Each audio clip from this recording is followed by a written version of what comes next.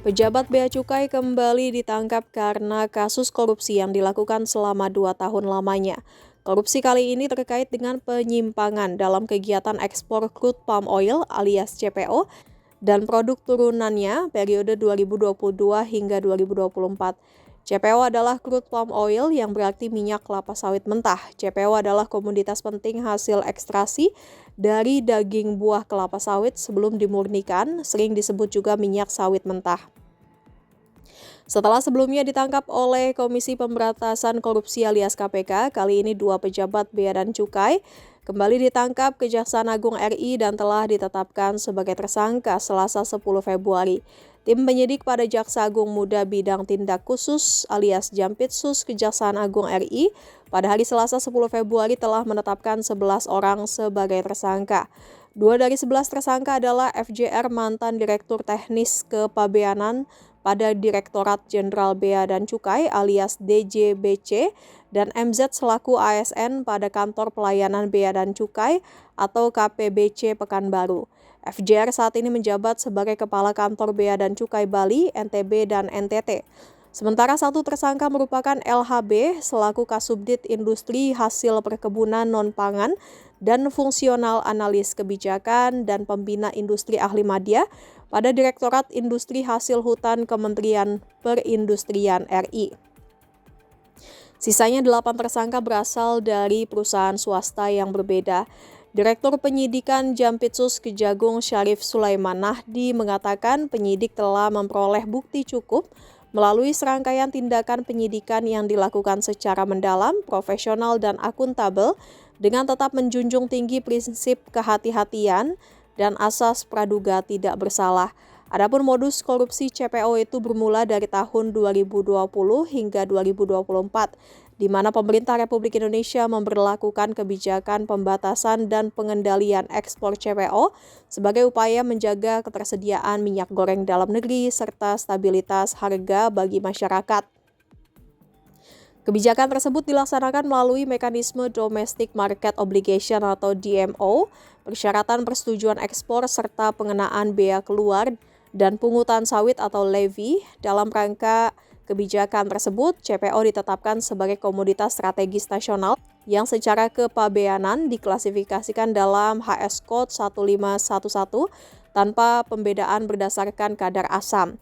Dengan demikian, seluruh bentuk CPO termasuk CPO berkadar asam tinggi tetap tunduk pada ketentuan pembatasan ekspor dan kewajiban kepada negara. Namun dalam pelaksanaannya, penyidik menemukan adanya penyimpangan berupa rekayasa klasifikasi komoditas ekspor. CPO yang secara substansi merupakan CPO berkadar asam tinggi atau high acid CPO secara sadar dan sengaja diklaim serta diperlakukan sebagai palm oil meal euflon atau POME atau palm acid oil atau PAO dengan menggunakan HS Code 2306 yang seharusnya diperuntukkan bagi residu atau limbah padat. Rekayasa klasifikasi tersebut dilakukan dengan tujuan menghindari rezim pengendalian ekspor CPO, sehingga komoditas yang pada hakikatnya merupakan CPO dapat diekspor seolah-olah bukan CPO dan terbebas atau diringankan dari kewajiban yang ditetapkan negara.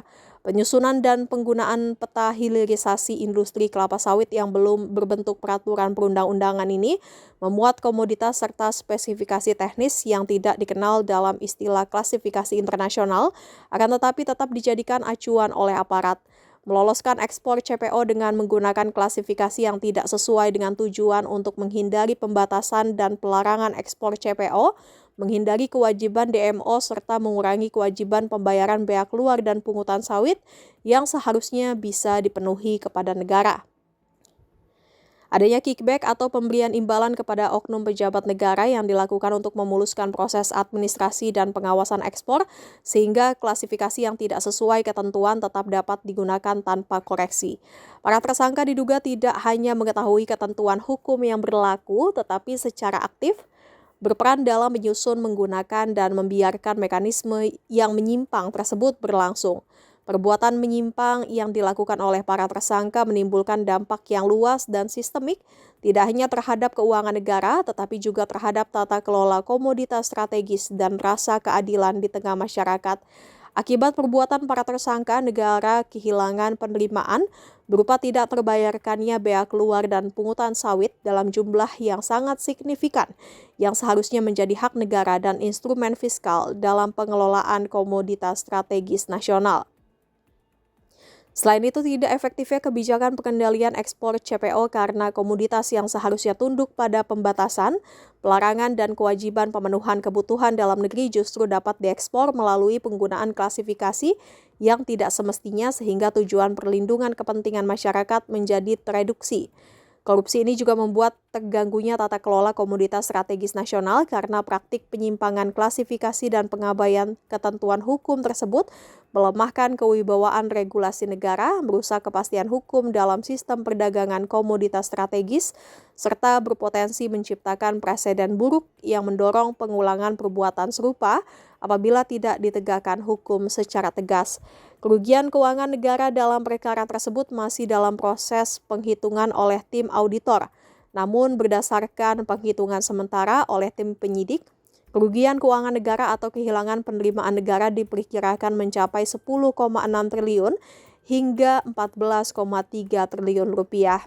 Dengan sebagian kerugian tersebut terkonsentrasi pada kegiatan ekspor yang dilakukan oleh beberapa grup perusahaan dalam periode tahun 2022 sampai dengan 2024.